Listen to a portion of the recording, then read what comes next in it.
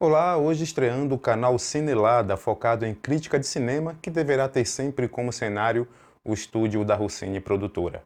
Eu me chamo Tony Carvalho, sou fotógrafo, comunicólogo e produtor de vídeo. Rodando a vinheta, a gente começa.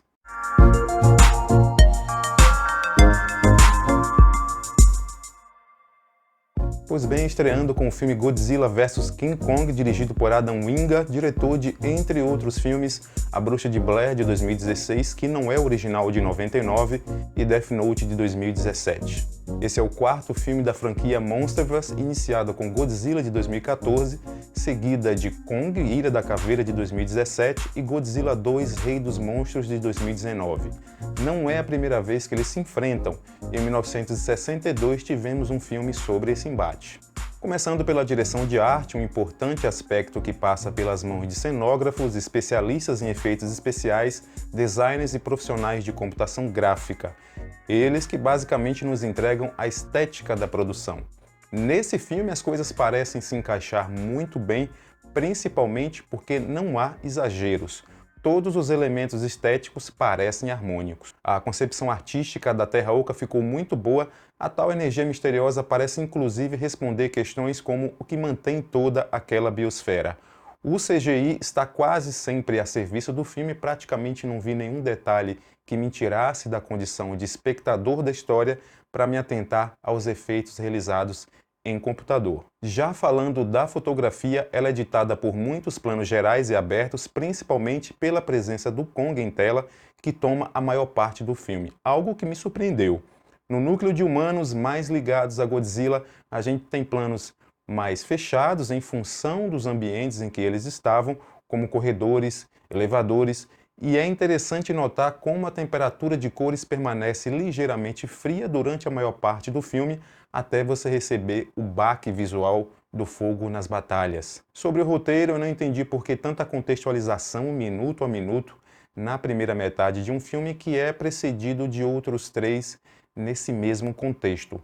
Logo de cara, a gente tem um diálogo expositivo bastante forçado quando a doutora Andrews, vivida pela Rebecca Hall, fala sobre o isolamento do Kong numa estrutura gigantesca e a possibilidade de Godzilla aparecer. Uma fala dita a um personagem que, pelo contexto da cena, sabe muito bem disso. O núcleo, encabeçado pela Millie Bob Brown como Madison Russell, foi bastante desfavorecido pelo roteiro. No final, tudo o que eles fizeram foi viajar sem querer, clandestinamente, até Hong Kong e quase sem querer travar o controlador do caju de metal criado pela Apex, a empresa de tecnologia que faz às vezes de Skynet no filme. Falando mais sobre personagens humanos, muita gente reclamou que apareceram demais com subtramas fracas que atrapalham o andamento da narrativa. Não vejo necessariamente isso. Há pontos positivos, o roteiro acertou em fugir dos dramas pessoais, não tem ninguém lidando com alguma doença incurável ou alguns conflitos entre pais e filhos, aquelas coisas que não levam a história muito para frente. No caso desse filme, está todo mundo empenhado em suas ações, seguindo para onde deve ser, seguindo para frente. Existe um grave problema no núcleo da Madison, e não é o tempo de tela. O personagem Bernie Hayes, que investiga as ações da Apex e divulga o que sabe e o que imagina num podcast, é bastante divertido. Aliás, é dele a frase mais engraçada do filme, uma das poucas. Eu só não entendo mesmo como ele foi capaz de envolver dois adolescentes numa empreitada de alto risco contra uma corporação do mal, sem uma perspectiva realista de que eles pudessem ajudar de alguma forma. A impressão que eu tive ao assistir é que a aventura dos personagens que acompanham Kong é muito mais séria, muito mais relevante, enquanto que o trio completado pelo personagem Josh Valentine, que nem agregou e nem atrapalhou a trama, parecia viver a aventura de um outro filme, ligeiramente mais comédia do que ação e numa sequência de clichês que não dá para engolir. É porta de sala que se fecha sozinha e todo mundo fica preso, e isso num local de super segurança que vacila com invasores que nem sabem o que estão fazendo, e claro, tem a clássica senha boba que é descoberta ao acaso. É perceptível que o roteiro coloca os humanos em segundo plano. Como eu disse no início, eu não esperava ver o Kong com tanto tempo de tela, mas a sua presença não saturou. Méritos para a carga dramática na relação dele com a garotinha, além da função dele na trama. Já Godzilla foi completamente vilanizado, tanto com sumiços quanto com aparições.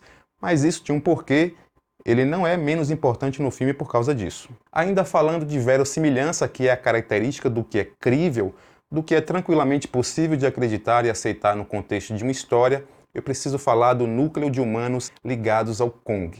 A menininha chamada Jia, interpretada por Kelly Horrell, rouba a cena o tempo inteiro. É muito gratificante ver uma criança ser muito bem escalada para um papel e ela dar conta da responsabilidade de carregar sozinha boa parte da carga dramática da história, e isso sem dizer uma palavra. A interação dela com Kong foi bem pontual, não chegou lá no auge da cafonice, apesar de seguir o clichê do monstro indomável que se rende a uma figura inofensiva. O mais difícil mesmo é entender por que levaram um garotinho de 5 a 6 anos de idade para um navio transportando King Kong acorrentado, estando todos cientes de que Godzilla poderia aparecer. Isso realmente eu não entendo. Até porque a questão da comunicação dela com Kong só foi descoberta já no meio da viagem, algo que a partir daí virou justificativo para ela correr todos aqueles perigos por estar próxima a ele. E passar por tudo aquilo sem a atenção que aqueles momentos podem gerar numa criança foi algo meio forçado. E ainda falando de personagens, não entendi a presença da filha do chefão da Apex num papel completamente genérico, tanto que ela só existiu até sua missão ser cumprida.